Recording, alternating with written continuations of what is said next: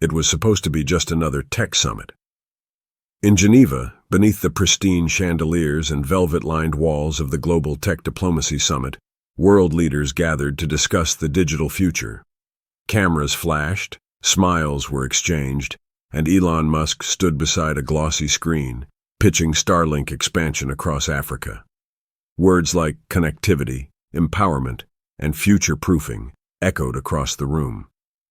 But far back in the hall sat a man whose presence carried no theatrics, President Ibrahim Traoré of Burkina Faso. Dressed in a simple tailored African tunic, he listened, not with excitement, but with growing tension. His eyes didn't flicker as the billion-dollar graphs and projections scrolled by. And then it happened. Mid-presentation, Traoré slowly rose. His voice was calm but cut like steel. "Mr. Musk, do you believe Africa is your sandbox?" The room fell silent. Musk looked up, surprised. "You speak of satellites," Traoré continued, "but what you're building is control. You sell us internet but extract data. You promise power but chain us in silence." The live feed caught Musk frozen, visibly rattled. Then came a camera pan, a tear sliding down an African journalist's cheek. The world had just witnessed a rupture, and it was only the beginning. The moderator scrambled, cameras zoomed in, and social media exploded.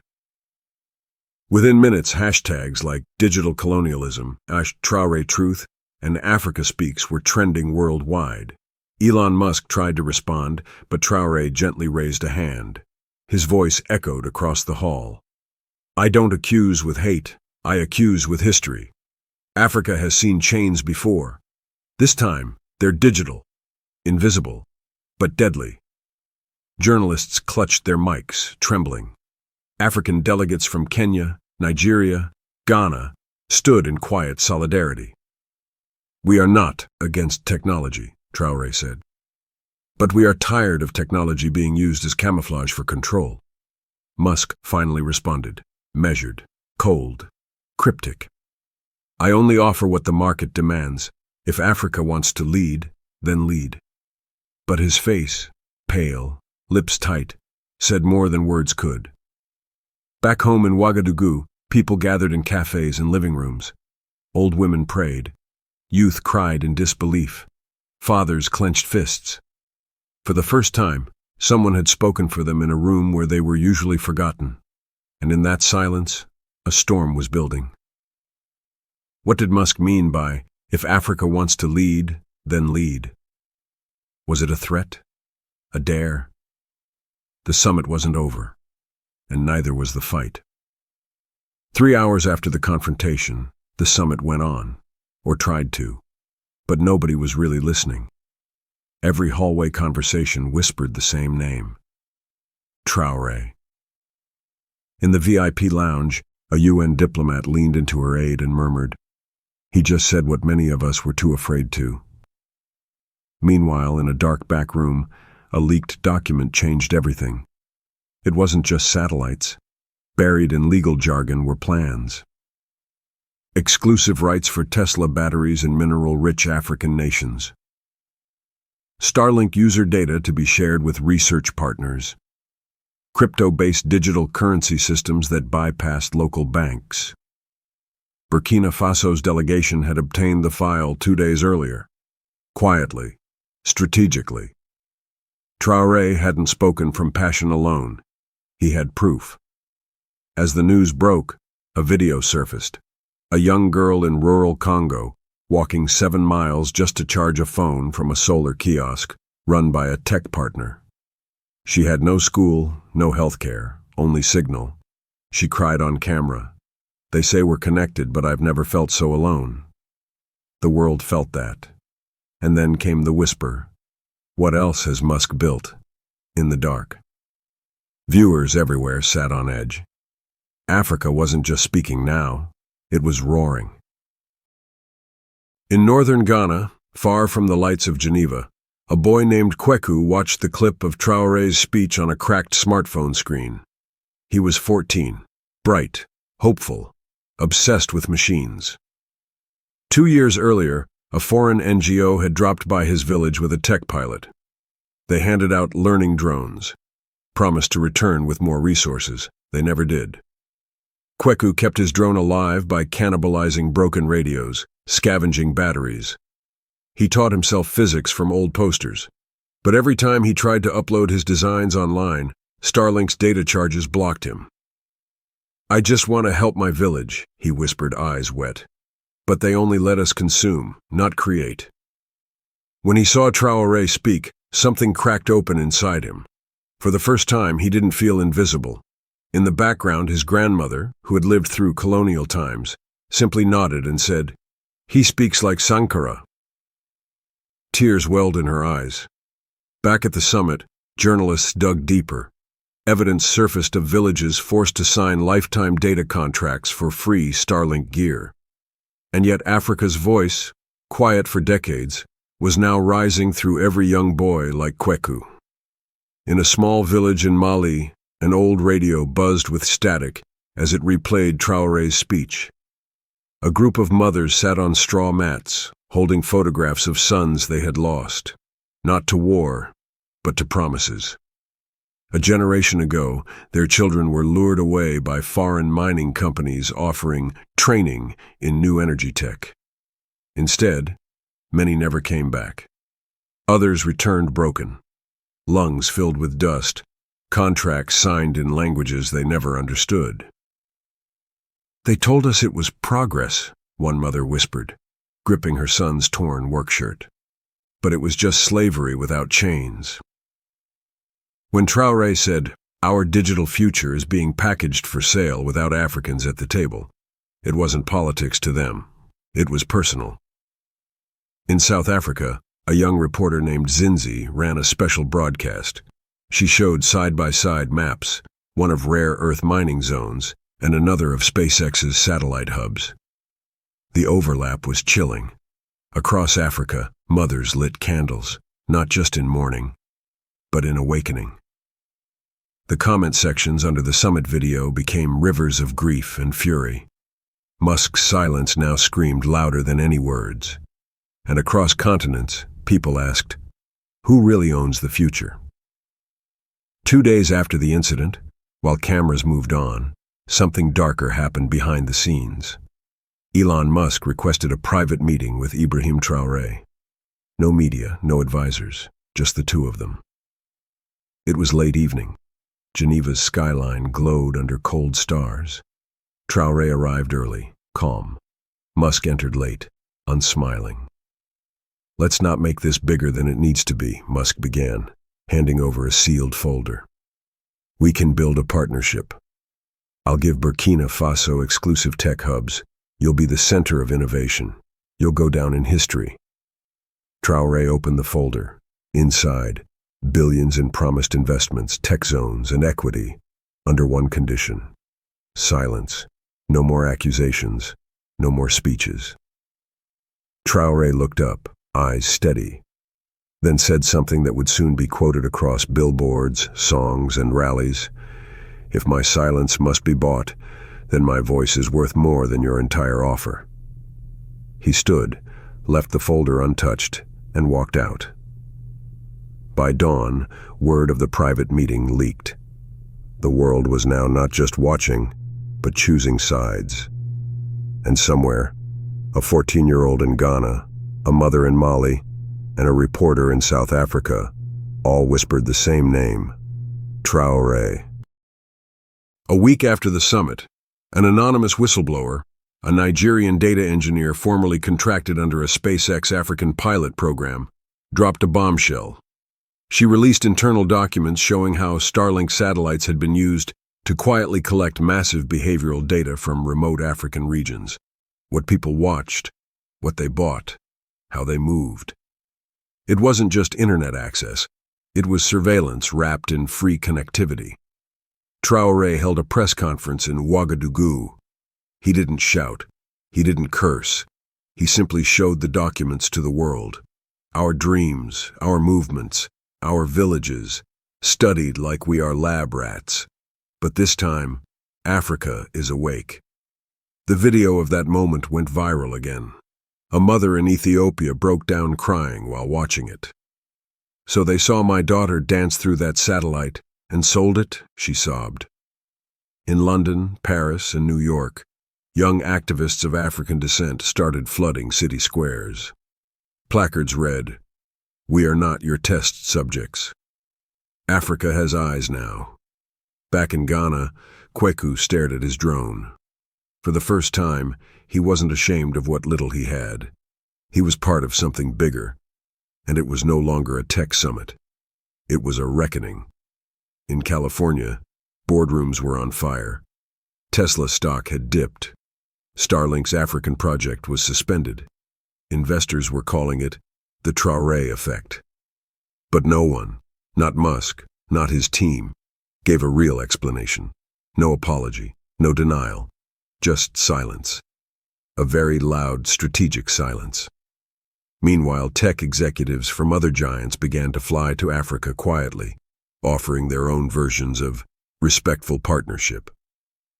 But every airport visit was met with protest. Every flashy proposal met with skepticism. Because Traoré had changed something more than policy. He had changed perception. Zinzi, the South African journalist, recorded a tearful report from Nairobi. "My father died believing that his people would never stand on equal ground. Today, I watched a man from Burkina Faso speak as though he owned the very sky. And suddenly, I believe again."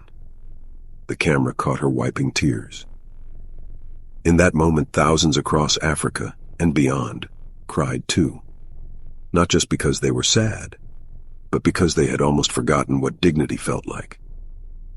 In Burkina Faso, the streets of Ouagadougou overflowed, not with soldiers, but with school children.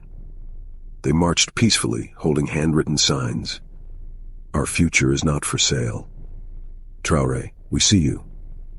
Tell Elon we're not afraid." Some carried wooden replicas of satellites with red crosses painted over them. Others had drawings of Africa, wrapped in chains made of wires, and scissors cutting through. Traoré came to the steps of the presidential palace that morning. No speeches, no guards. He simply sat among the children, knees folded like theirs, and wept. It wasn't a political performance. It was a man seeing his country and his continent awaken in a way he once only dreamed of. An elderly woman approached and placed a traditional scarf around his shoulders. "You're not just our president," she said. "You're our voice." In that moment, even the hardest journalists watching the live stream cried. Some in Africa, some in Europe, some even in Silicon Valley. Because for once, this wasn't about algorithms, markets, or control. It was about love, about pain, about being seen. And for the first time in modern history, Africa was looking back. In the heart of the Democratic Republic of Congo, a former cobalt miner named Colombo lay on a hospital bed, breath fading. His lungs, filled with toxic dust after years of digging for batteries that powered the world's phones and Teslas, could no longer carry him. He watched the replay of Traoré's confrontation from a nurse's phone. His voice cracked as he asked her to write a letter. "To President Traoré," he began. "They promised us a better life. Instead, they buried us beneath the very future they said we'd be part of." He wept. Not out of pain, he was used to that. He wept because someone finally said out loud what they had always known, that their labor powered the future, but their names would never be in the books. The nurse posted the letter online. Within hours, it had been translated into 28 languages. Traoré read it at a press event. His hands trembled. Then he paused and said, "Let the world know Colombo's name, because without him, there is no Tesla, no iPhone, no future." The room went silent. Cameras zoomed in, viewers cried, and in his hospital bed, Colombo smiled, just once, before his eyes closed. The corporate gloves came off. Western news outlets began publishing exposés targeting Traoré. Anonymous sources claimed he was radical, Anti-progress, a disruptor of investor confidence. One headline read, "Is Traoré putting African dreams at risk?" But this time, Africa didn't stay quiet. A Nigerian poet released a viral spoken-word video. "You never cared for our dreams, only the diamonds beneath them." Kenyan musicians remixed Traoré's speech into a haunting chorus. In Senegal, university students formed a movement, Our Signal, demanding data sovereignty. Even African children in France and the UK began marching, chanting in small voices, "We are not your satellites." Meanwhile, Musk tweeted cryptic quotes about chaos lovers and those who bite the hand feeding them. But it was too late. The world had split. Africa had stopped whispering. Traoré stood before a new crowd and said, "Let them come for me, but they will now have to face all of us." And this time, it wasn't just Burkina Faso behind him. It was millions, and they weren't afraid. Zuleka Mandela, granddaughter of Nelson Mandela, watched events unfold with rising emotion. She remembered her grandfather's voice, stories of how silence was once survival, but truth was freedom. Late one evening, she called Traoré. The press didn't know. There were no headlines, just a quiet, sacred call. She said, voice shaking, "He would have stood where you stand. You've reawakened something we thought was gone." Traoré didn't say much. He just thanked her. And for the first time since the summit, he allowed himself to cry alone. Tears for the burden, tears for the movement, tears for Colombo, for Kweku, for every forgotten name carved into mines, fiber cables, and server rooms. That night, Zuleka posted one photo online, her holding her grandfather's famous prison notebook, beside a handwritten line from Traoré's speech. It read, "Our digital future is not a gift, it's a birthright."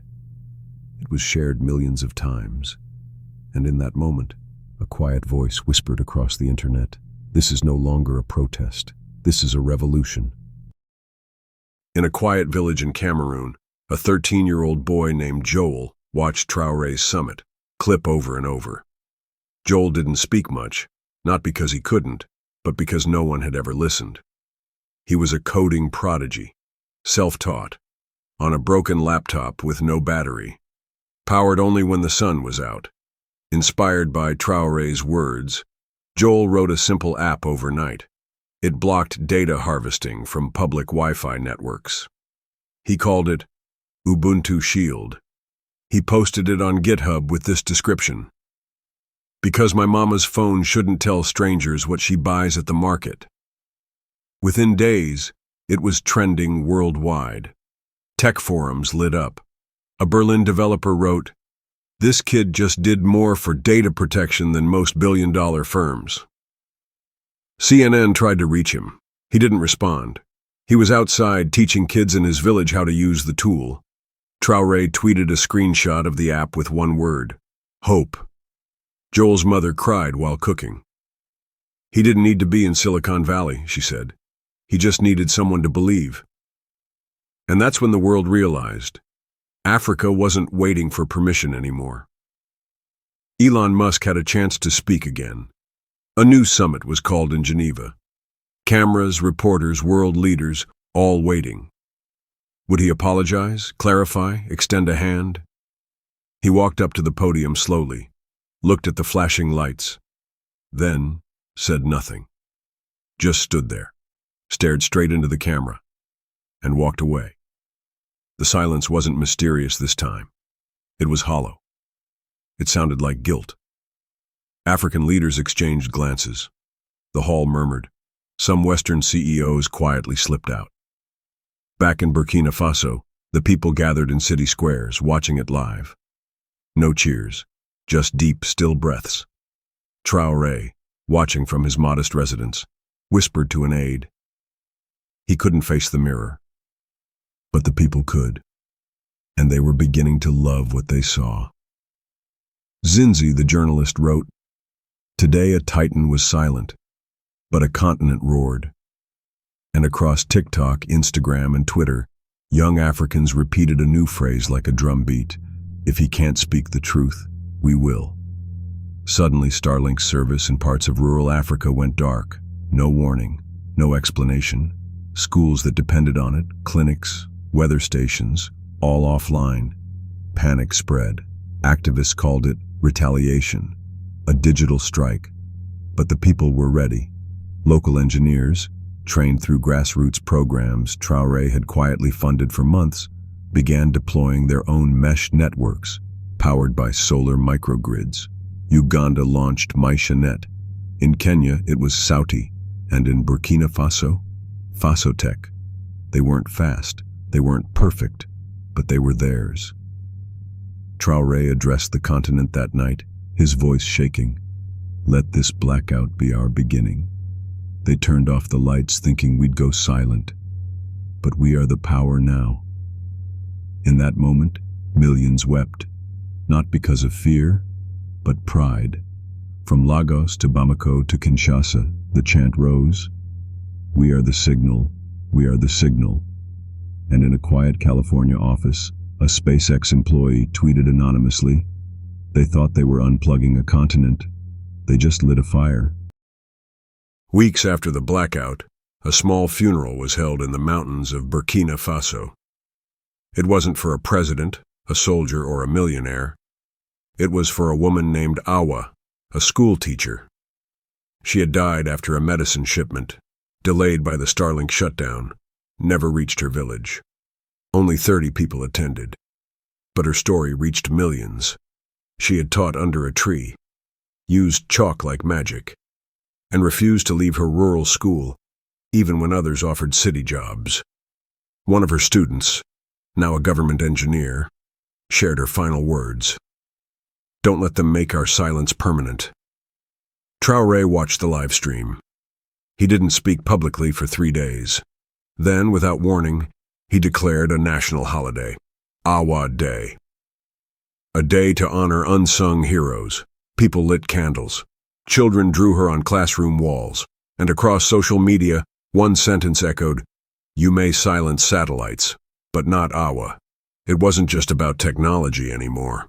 It was about dignity. And every tear shed that day watered something ancient and unbreakable. Then came the moment no one saw coming. A whistleblower inside a global think tank leaked Project Polaris, a secret dossier outlining tech expansion in Africa, masked as aid but designed for quiet economic control. Companies named, dates, locations, even internal emails calling African leaders gateways and necessary illusions. It hit like thunder. CNN tried to downplay it. But the African Union called for a historic emergency session. Traoré stood before 54 African presidents. He laid the printed documents on the table, and with a soft, shaking voice said, "They saw us as tools, not people, as doors, not hearts." Some leaders wept, others slammed fists, but none walked away. That night, Traoré gave a live address streamed on every platform. To the youth watching, they feared your power more than your poverty. That's why they tried to buy your future. Don't let them. The world didn't sleep. 1,000 hashtags rose, and from Soweto to Seattle, people whispered, this wasn't just history, it was justice. A year later, Traoré sat quietly in a recording studio built from earth blocks, solar panels, and heart. He pressed record, no fancy lights, just a mic and a message. This is not the end. This is the signal, not a satellite, not a server, but your voice, your fire, your dreams. He spoke to the world, but most of all, to Africans, children coding by candlelight, mothers trading via mobile money they built themselves, fathers fixing towers that no one else would touch. The final scene of the documentary shows him walking barefoot through his village, hand in hand with kids wearing t-shirts that read, "I am the signal." Then came the last frame, in memory of Awa, Colombo, and every name they tried to bury beneath a network. People watching cried, not because it was sad, but because it was sacred, because it meant something, because Africa had finally spoken, and this time, the world listened. If this story touched your heart, you know what to do. Hit the like button, not just for me, but for Awa, for Joel, for Colombo. Comment the word, "I am the signal" below, and tell the world how this story made you feel. Subscribe so we can tell more stories they don't want us to hear. This is not entertainment. This is memory. This is movement. Africa isn't waiting anymore. Let's build it together.